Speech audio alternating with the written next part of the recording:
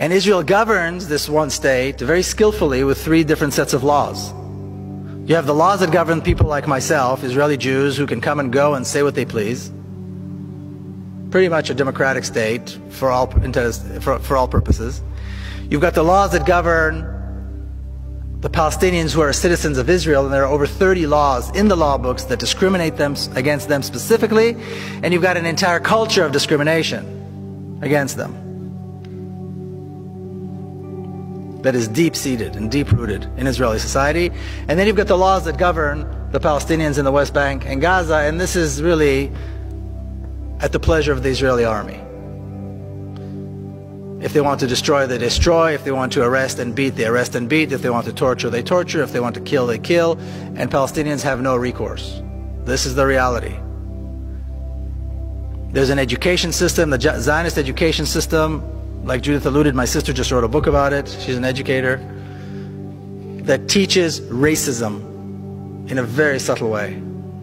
There's a bureaucracy, an entire bureaucracy, that is dedicated to making life impossible for Palestinians through all kinds of restrictions and permits and requirements that are absolutely uncalled for and unnecessary, but are all given and provided under the guise of security.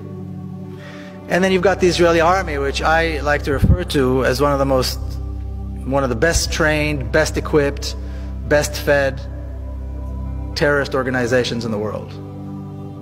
And yes, they have generals and they have nice uniforms, but their entire purpose is terrorism. And just as one example, I'll give you one example. Almost exactly 4 years ago, as Israel began its attack on Gaza, September the 27th, 2008, at 11:25 in the morning, what I refer to as the most shameful day in the Jewish history, the most shameful day in the history of the Jewish people.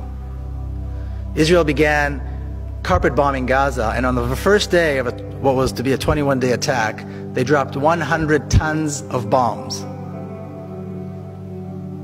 Okay, a 1-ton bomb will decimate an entire city block.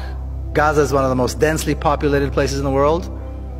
800,000 children live in Gaza.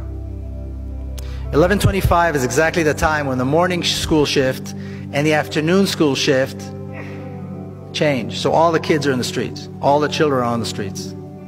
That was the moment decided by the decision makers in Israel to begin the attack.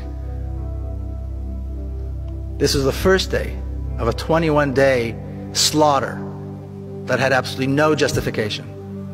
If that's not terrorism, I don't know what is. And this is how the state of Israel manages to control the different populations and somehow still keep up this very sweet liberal kind of face to everything.